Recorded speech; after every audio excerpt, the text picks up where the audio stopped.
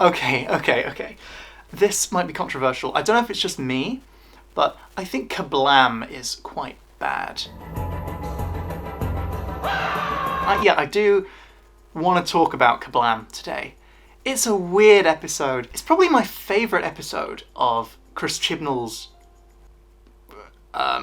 interpretation of Doctor Who. Not because it's a good episode, it's very much not a good episode, but it is really funny. Oh yeah, Doctor Who made a pro-Amazon episode. Isn't that crazy? Their politics are so wonky. And yes, the politics was wonky, but I think they ended up pro-Amazon by accident.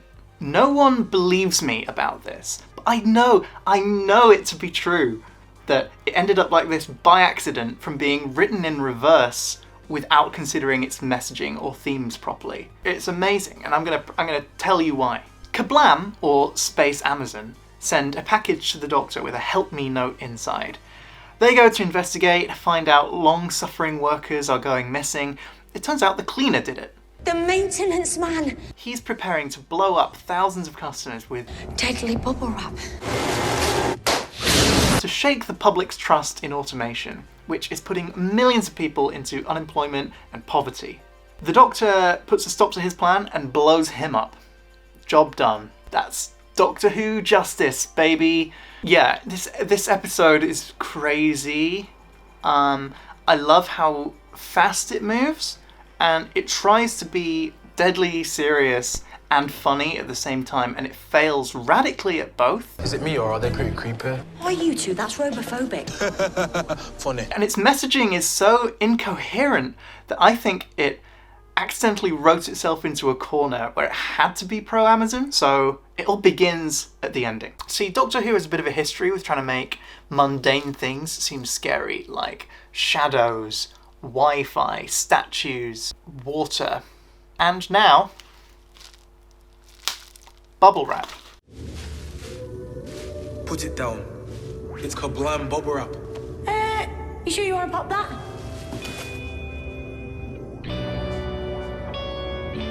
I genuinely think that Pete McTighe, I don't know if I'm pronouncing that right, I'm sorry Pete, I think he actually looked at bubble wrap one time and thought, how can I make this scary? And this is where the whole thing begins.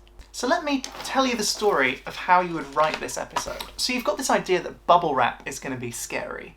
You're popping bubble wrap, you think, what if it was explosive? So obviously, where's it going to be set? Some kind of delivery company. You immediately think, Space Amazon. You know, it's a very relevant company. Amazon's always in the news for being a bad company. They're a mega corporation destroying small businesses and being really bad to workers and just basically monopolizing this whole economy. But even Amazon aren't dumb enough to bomb their own customers.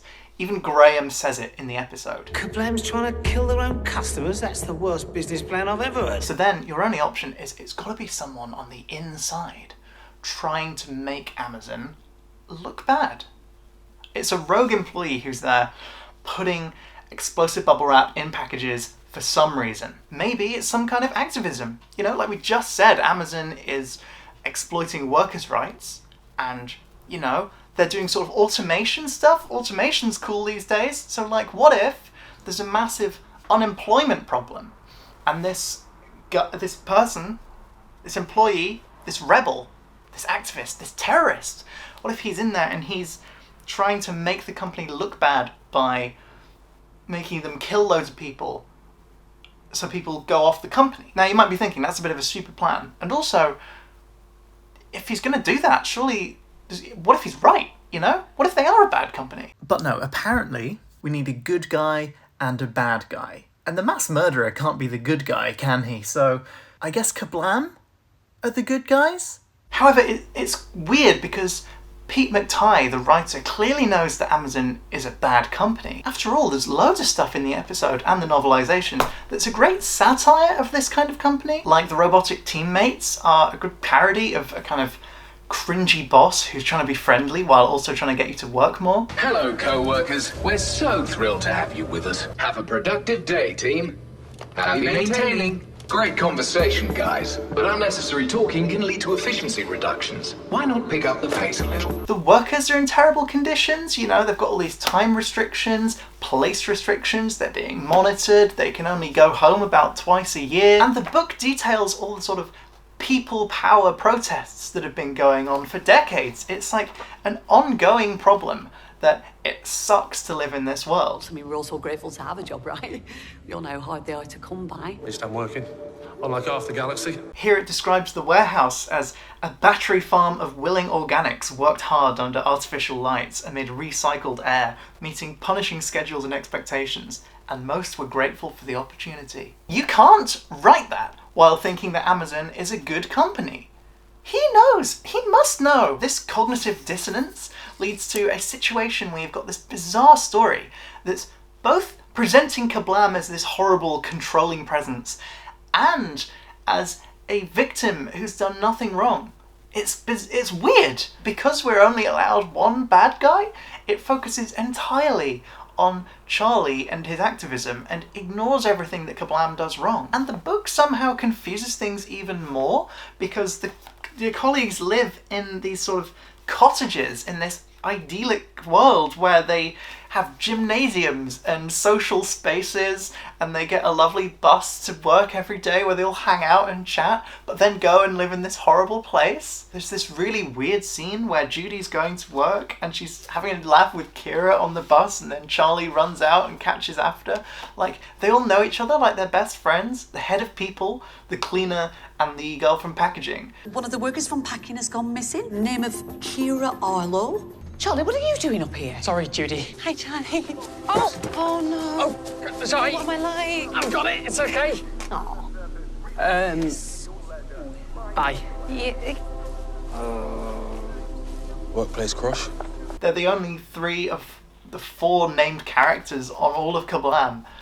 It's bizarre. Another really weird thing is that the AI system is actually personified in this book. It's a perspective character. It's sentient, it's thinking, it's called itself Max, it's personally reached out to the Doctor because it feels like it's under attack. It agonizes over its decision to kill Kira, which, you know, it doesn't forgive it or anything, but it definitely shines a lot more focus. That doesn't make any sense. It makes you think about it, like, is the system alive now? Will it face some consequences? Well, at the end of the episode, the Doctor decides to erase it. It just wipes it back to the way it was 100 years ago before Charlie ever messed around with it. There we go. Both the villains murdered for their crimes. Maybe I'm wrong, but I don't think that's how Doctor Who is supposed to work. This isn't really Doctor Who justice. This is just the bluntest, dumbest comeuppance you could possibly think of. Oh, kill the bad guy in a really weird way. Take this man to the infinite labyrinth of eternal ice. Yeah! No! Take him to the police. He murdered someone. Before this, though, the Doctor comes in with her moral judgment, and it's the same in the book and in the episode, that AI systems and automation aren't the problem. It's people who use and exploit the systems. People like Charlie. The systems aren't the problem. How people use and exploit the system, that's the problem. People like you. It's a point that I think Pete agrees with, that AI systems and automation, it's sort of value neutral. It's like a tool that can be used for good and can be used for bad. In an ideal world, I think I agree. Like, it's fine if robots are doing work for us and we don't need to do the work.